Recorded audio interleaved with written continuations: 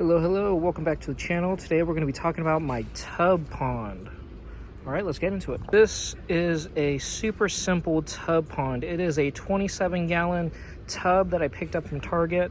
Super easy. You guys probably know about the black tub, yellow lid ones, super easy. This is a 27-gallon, so it's not super small, but it's a decent size.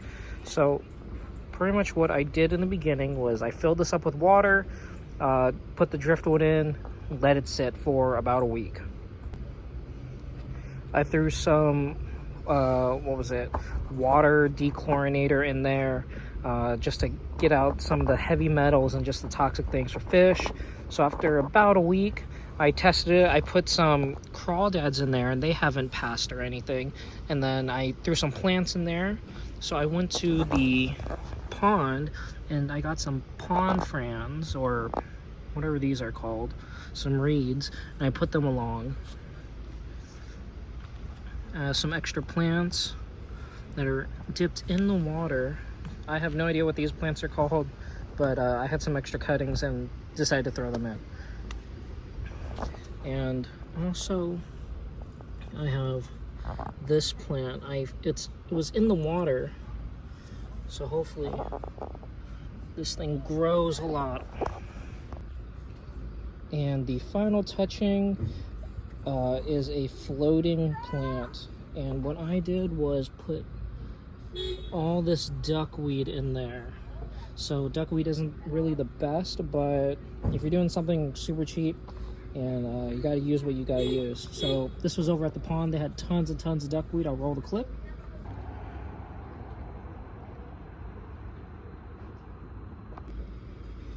So essentially all these plants are going to be drawing out all the toxic, bad nasties in the water, allowing the plants to grow, with the needed nutrients, and whatever's living in the water, they'll remain healthy because the water is going to be clean thanks to the plants. So there is one thing. So we are going to be using a no power, no electricity setup. I might be getting a solar fountain, something powered by the sun to help, but that's pretty much the only electricity I'm going to be using in this setup. And essentially my only concern is with this many plants and no water aeration, the oxygen levels may dip a little bit. What I'm hoping is that these plants are going to be drawing out more nutrients than oxygen from the water. I'm mostly worried about it overnight since there's no sun. The plants are going to be using whatever more is in the water in the tub versus the sunlight to grow. So I'm kind of worried about that, but with the amount of stuff in there isn't a lot. There's just about like 5 crawdads, in there just to make sure the water's all good. But other than that, there shouldn't be a problem with this pond. So hi, this is editor me. I explained it kind of bad. Plants are using photosynthesis during the day, which requires the sun, but at night they switch because there's no sun to breathing mode, trying to survive. So they're going to be drawing oxygen from the water, which is going to decrease the oxygen level in the pond. So we're going to have to find a way to balance that, and that's why a solar fountain is going to probably be the best way to keep this as minimal power or electricity possible for this type of tub and provide the most aeration for the tub. These ponds are super easy to set up, super easy to maintain, and not only that, you can turn them really nice looking. I have my little pond set up next to my garden, and I'm going to be growing tons and tons of different fruits and veggies in there. So there's going to be tons of pollinators, and these plants are going to be growing too. And hopefully I can get some flowers in here to get them growing too. So how we start off a good ecosystem is allowing the ecosystem to actually start. So what I did to kickstart it was I filled it up with water, with normal tap water, put the driftwood in, and then I went to my local river and pond, start getting buckets, and dumping the water in, allowing those already, those ecosystems have been there for so long already, so they already have it already built up. So I'm borrowing some of their stuff, their good bacteria, and putting it into the pond.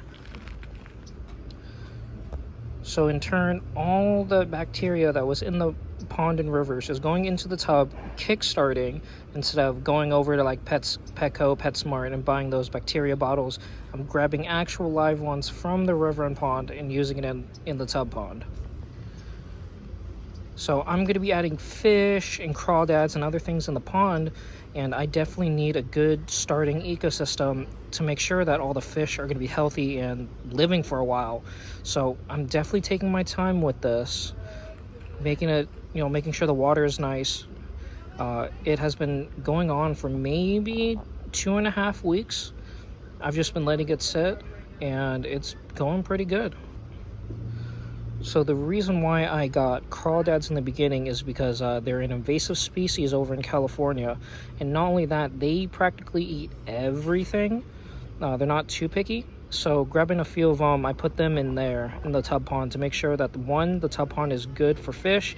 2, they would eat any debris, anything, any dead plant stuff, and the tub will remain clean. If you have any questions, comments, or any tips for me, this is a brand new thing that I'm doing. Make sure you comment it down below. Stay tuned for the journey. Make sure you like and subscribe. All right, have a good one. Hello, welcome back to another tub pond video. Today we're going to be talking about duckweed. All right, let's get into it. So what exactly is duckweed? Duckweed is a floating topwater plant. It floats on the surface. The reason why it's so controversial is that you can never kill it, essentially. I got this from a local waterway. I'll run the clip.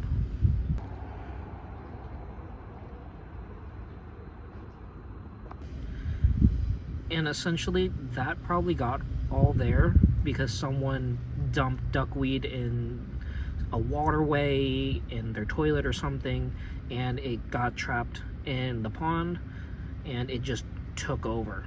So all of that is duckweed, and I grabbed a bunch of it in here. Duckweed is a very, very good plant to use if you use it really smartly. I want to draw out as much toxic material in the water, anything nasty, nitrates, nitrites, anything in the water that's nasty and not good. And these plants are going to be drawing out all of it. And at the same time, as like you can see, a lot of these are dying. So I have crawdads in here that are going to be eating out the plant matter, pooping, and then duckweed and the other plants are going to be using that to grow. Duckweed should be disposed by literally throwing it into your garden or throwing it into a sunny place and letting it dry out, and never letting it touch any waterway. That's probably the best way. Instead of duckweed, you can use water lettuce, water hyacinth, anything that's floating that you can use. But duckweed is definitely a last resort for me, and I got this for free, so I'm gonna use it. What I'm going to be using the duckweed, so once the duckweed takes over this tub pond, I'm going to be scooping it out and throwing it into the garden as compost. So I'm going to be reusing it. So it's not going to go in any waterway. It's going to get dried out and used for compost for my garden. Let me know your thoughts about duckweed, if it's actually a super big problem in aquarium keeping, or if it's just something super hated. Let me know your comments in the comment section down below. Other than that, all right, have a good one. Hello, we're back with another tub pond video, and today we're going to be stocking fish. All right, let's get into it. So I recently went on Facebook onto a fish rehoming and trading group. I traded a couple air pumps for some of this stuff. There's tons and tons of duckweed in here. And what we're gonna do is place it directly in here. As you can see, the fish that we got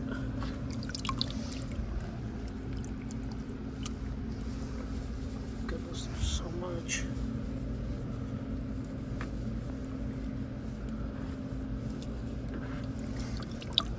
So then there are some hornwort in the mix.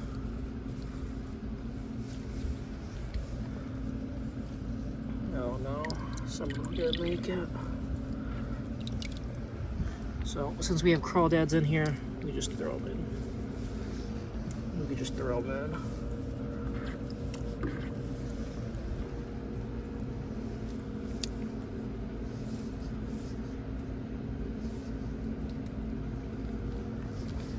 As you can see,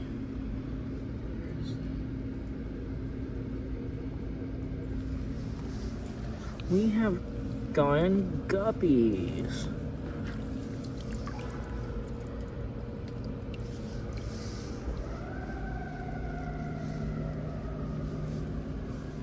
So all the dead ones that passed during transportation, they'll be taken care of by crawdads. Right now, all we're doing is getting all this.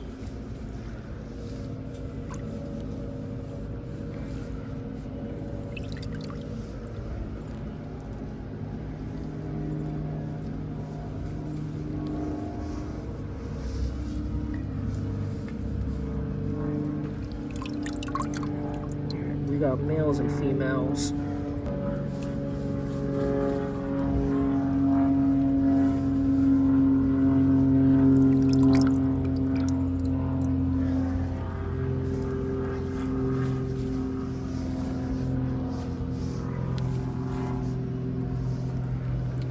We're just gonna pour this thing in.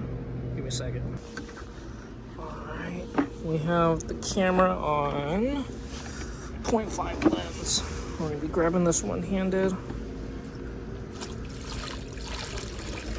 Pouring it in. You can see all.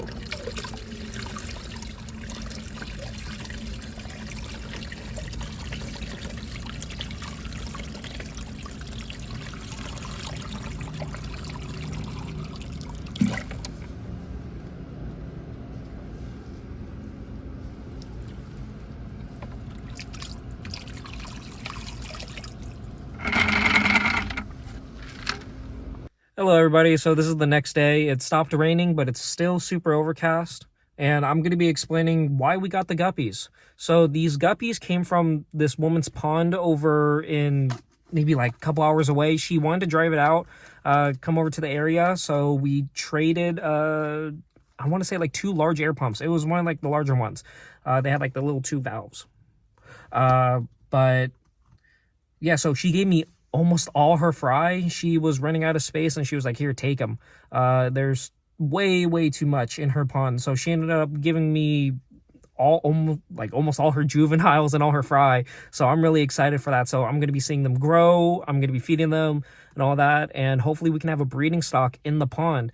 Not only that, the guppies, the reason why I don't go to like Petco, PetSmart, or to someone that had them in a fish tank is that these guppies were already out in the elements, out in the wild, meaning they were exposed to the coldest of colds, the hottest of hots, so they are pretty good bred for outside life. And that's what I want. I don't want no electricity in my pond. I'm not running a heater. I'm not running a filter. It's all plant-based. Like I said, the only thing that I might get is a solar fountain, just to add some aeration. If we're adding fish and all that, I don't want them to 100%. I don't want them to suffer, essentially. So if I can bring up the quality a little bit without compromising too much of what I want out of my pond, it's a great compromise. I do plan on adding some more bigger fish, more predatory fish in the pond. I just got to work out what fish and how big, where to get it, all that stuff.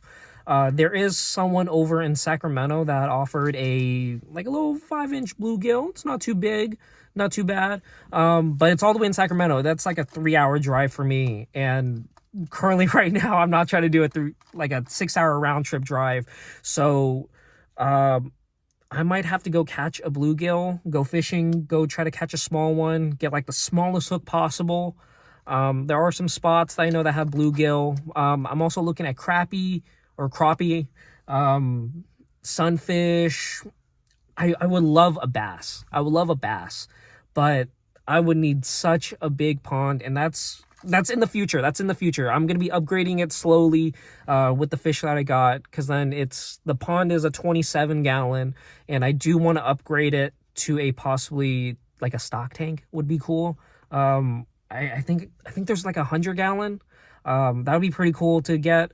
So stay tuned for that.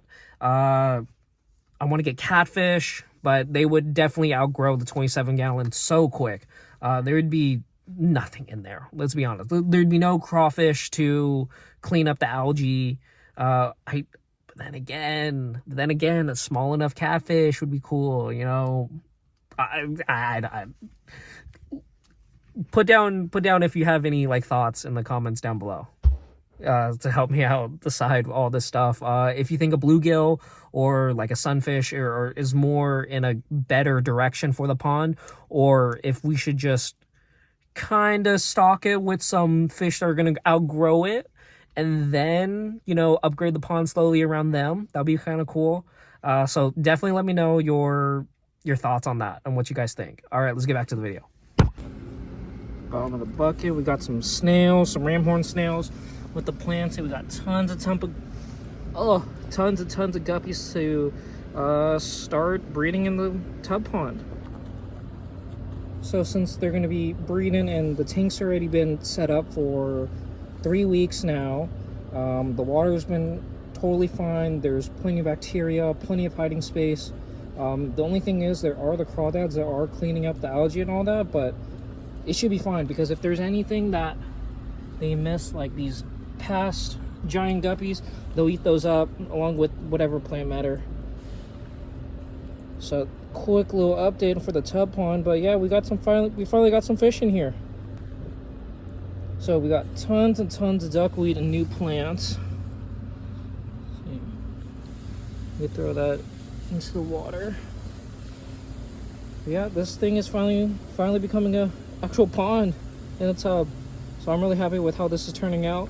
If you have any comments, questions, or anything, make sure you comment that down below. Like, comment, and subscribe. All right, have a good one. All right, bye.